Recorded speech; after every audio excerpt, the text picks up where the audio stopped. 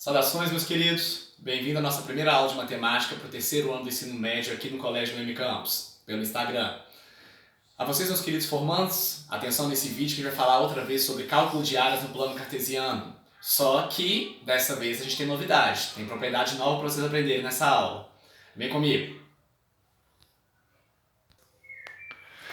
Pois bem, meus queridos, nossa última aula a gente trabalhou com um desenho parecido com esse, ó. Vocês vão lembrar. A gente tinha 3 triângulos aqui no plano cartesiano, eu quero saber qual que é a área de cada um deles, certo? Perceba, triângulo número 1, esse triângulo vermelho, ele tem um segmento horizontal e um vertical. Esses dois segmentos já serão úteis pra gente. Segundo triângulo, também tem segmento horizontal aqui embaixo, ó, o que ajuda pra caramba. Tanto que a gente pode fazer muito bem isso aqui, ó. Trabalhar com base vezes altura, certo? Acompanha comigo.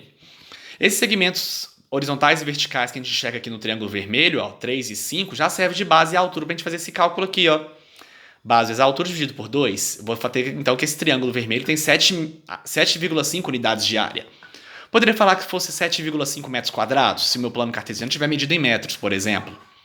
Triângulo número 2, ó, aqui embaixo, triângulo azul, eu tenho 6 unidades na base e uma altura vertical aqui de 3 unidades. Posso fazer então como base e altura respectivamente para jogar na fórmula aqui, olha só.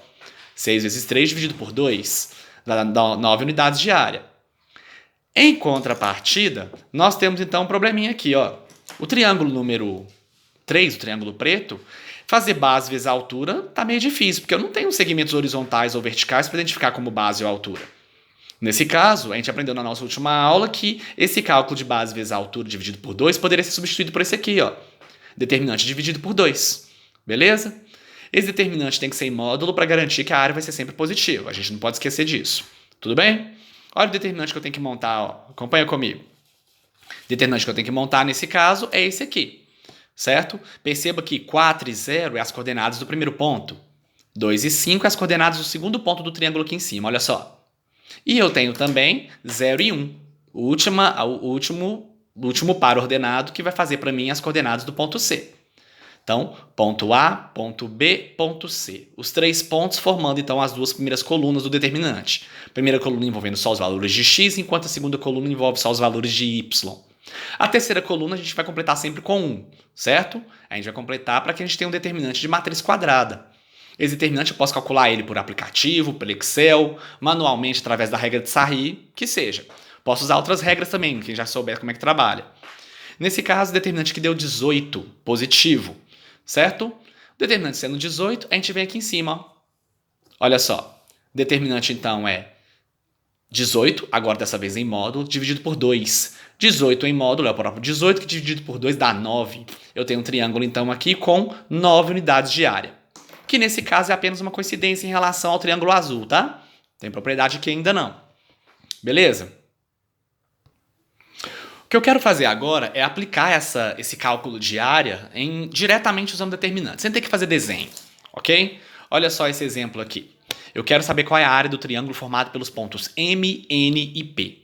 Como os 3 pontos são conhecidos, eu posso simplesmente ou fazer o desenho no plano cartesiano ou já apelar para o determinante. Como eu falei, aqui eu vou fazer o determinante já de cara, eu não vou apelar para o desenho, ok? Olha só como fica tranquilo o determinante nosso aqui, ó.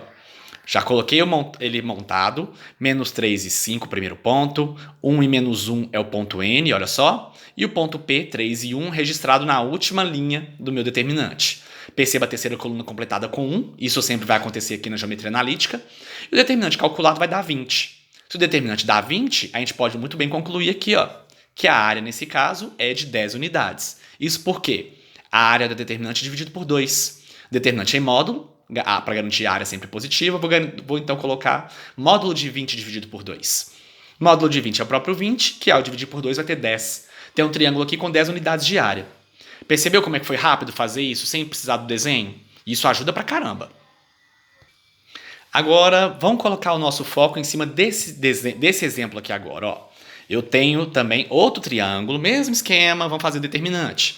Percebe que os pontos são até parecidos, eu mudei os sinais aqui de propósito.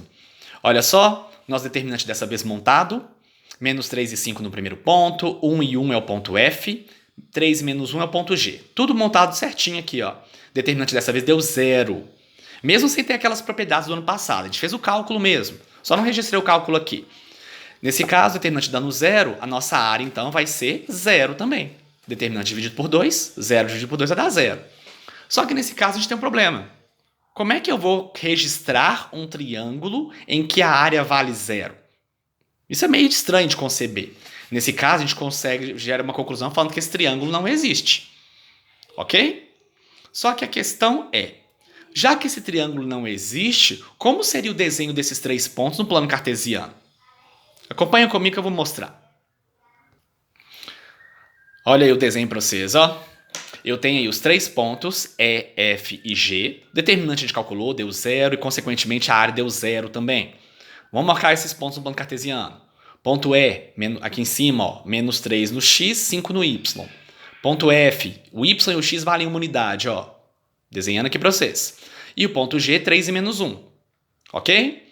Se eu ligar esses 3 pontos, vocês percebem que a gente não tem nenhum triângulo desenhado. Era o esperado, afinal de contas a área do triângulo deu zero. Se a área do triângulo deu zero, o triângulo não existe. Sendo assim, quando eu ligo esses 3 pontos, eu não vou ter nenhuma figura que não seja essa reta que vocês estão vendo desenhadas. E isso aí é a propriedade da aula de hoje. A gente está falando, na verdade, sobre alinhamento de pontos no plano cartesiano. A propriedade que a gente vai gerar para essa aula é essa aqui, ó. Quando o determinante dá zero, eu gero 2 conclusões. Ok? A gente pode então, chegar em 2 conclusões. Uma consequente da outra, né? Se o determinante deu zero, é porque o triângulo, então, não existe. E se esse triângulo não existe, significa, então, que os pontos E, F e G, na verdade, eles são colineares. Pontos colineares é a mesma coisa que falar que esses 3 pontos estão formando uma reta. Beleza? Essas propriedades vão ser importantes para os nossos 2 próximos exemplos. Vamos lá. Perceba agora o que a gente tem para fazer. Eu tenho os pontos A, B e C, e o exercício falou que esses pontos são colineares. Eles querem saber qual é o valor do A. Percebe que esse Azinho que eles querem saber, né, qual é o valor desse A, é uma das coordenadas do ponto A. O ponto A ele é desconhecido. Eu não sei quem é o X. O Y eu não sei, o Y vale menos 4. O ponto B eu sei quem é ele e o ponto C também. Eu até poderia pensar em marcar o ponto B no desenho e o ponto C também no desenho. Talvez ajude, mas meu foco aqui não é usar o desenho, não.